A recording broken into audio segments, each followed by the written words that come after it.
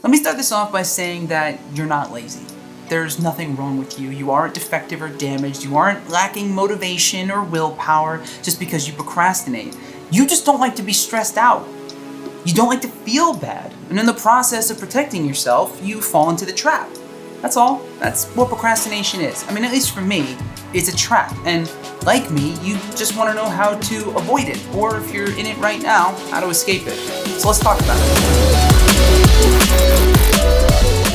What's going on? I'm Santino Campanelli, a musician, filmmaker, and professional procrastinator based out of Los Angeles, and I'm entirely too familiar with the shame and guilt caused by procrastination, so let's break it down. By definition, procrastination is the action of delaying or postponing something. We all know there's a lot more to it. I'm sure, like me, you've watched all the videos, and there's a lot of factors that come into play here. I mean, like in my case, I have ADHD, but that doesn't change what procrastination is at its core. No matter the cause, we're simply seeking short-term relief from the stress caused by the prospect of a future task that we're currently putting off. It's kind of a form of self-soothing through self-sabotage. It's not great for you, and yet we do it anyway. The big mistake I've always made my entire life is that I always tried to rationalize the behavior. But according to a professor of psychology at the University of Sheffield, procrastination is essentially irrational because it doesn't make sense to do something you know is going to have negative consequences. And it's so frustrating, especially to hear someone who studies this say something so obvious, because you're like, well, yeah, duh. But the reality is there's a lot more at play here, because the stress caused by the prospect of that future task will literally cause your amygdala to release hormones within your brain, making you feel the actual stress. And that overrides your prefrontal cortex, which is responsible for your better judgment. Now, naturally, when you trigger a trap, the first thing you're gonna ask yourself is, how did I end up in this trap? What stupid little square did I step on? Or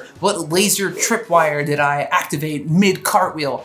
I need to understand how this trap works to escape it, and most importantly, to try and avoid it next time. Well, studies have identified 7 common traits or triggers that lead to procrastination. Those being when a task is considered boring, frustrating, difficult, ambiguous, unstructured, lacking in personal meaning, or lacking in intrinsic rewards. With that said, while I'm not a doctor or professor of psychology, I have come to identify like an 8th trigger, one that I think is probably a heavy part of the underpinnings of the 7 aforementioned, or at least a lot of them. You know, I don't hear people speak about it a lot, but I find for me, the trigger that causes me to procrastinate the most is fear. Now tell me if this sounds familiar for you. You have a great idea for a project, but you never start working on it. Or you have a project you started, but you can't bring yourself to finish it. Or even worse, you have a project that you've basically finished, but you can't bring yourself to share it with its intended recipient or audience. Truth is all of these scenarios that hurl me and you into the procrastinate trap are all triggered by the same thing.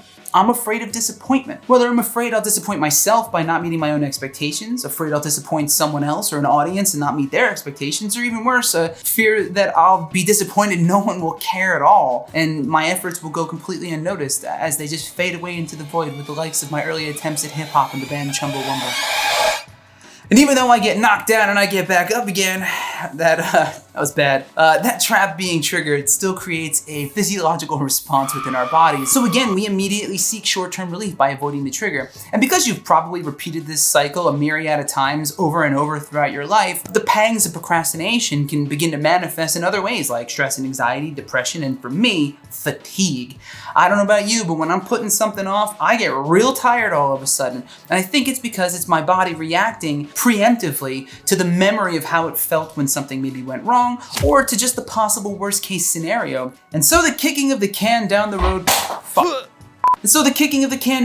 begins again. Like I said at the beginning, you don't procrastinate because you're lazy or unmotivated. You're here right now. You're making an active choice to try and figure out how to get through this trap, because you know Indiana Jones wasn't running away from giant boulders for a bag of sun chips. Traps guard treasure. The bigger the trap, usually the more grand the treasure. I mean, obviously, that's because we tend to have greater fears attached to these loftier tasks and bigger projects that come with bigger rewards and payoffs. Like starting a YouTube channel, or making new music, or filming your first feature film. So how do we avoid the trap? Or if we're in it, escape it? How do we get the treasure, Santino? Well, oftentimes people present a solution of greater discipline, stricter time management, blah, blah, blah, blah, blah. And sure, these tools are absolutely useful for improving and increasing productivity. But the fact of the matter is the greatest tools in the the world are completely useless if you can't get around to using them. Because remember, we're talking about irrational behavior. You already have a hard time doing the thing you need to do. Adding using productivity tools to the list of shit I want to avoid is real easy when I'm in the thick of it. That's why, especially if you already regularly experience like higher levels of stress and depression and anxiety, you're far more likely to fall into that trap. Same goes for people who are perfectionists or have high standards for themselves or their work.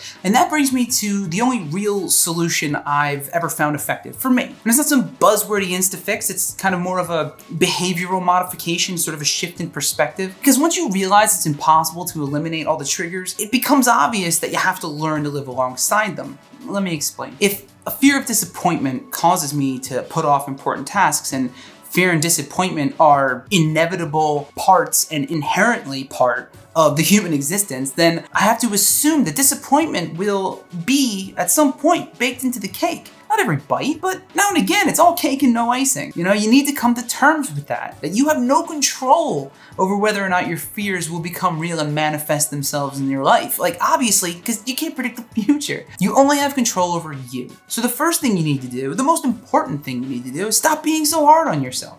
I think the most appropriate trap for this metaphor, the trap metaphor, is the Chinese finger trap, because the harder you struggle, the harder it is to actually get out of it, the less likely you are to escape it. And similarly, the worse you treat yourself, the more you're going to exacerbate the stresses you're actively trying to escape through the act of procrastination. The harder it is to actually escape the procrastinate trap.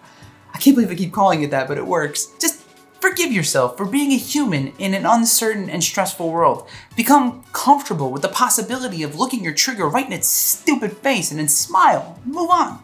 So at the end of the day, you procrastinating is really just you fighting yourself. So just get out of your own way. And with this one shift, I've been able to finally look at my triggers and understand them and then get through them. And that's helped me to catch back up to a plethora of cans I kicked down the road a long time ago. I don't even think it's ironic that I procrastinated a really long time to make this video. I think the most important thing here is to have some self-compassion and to really keep things in perspective.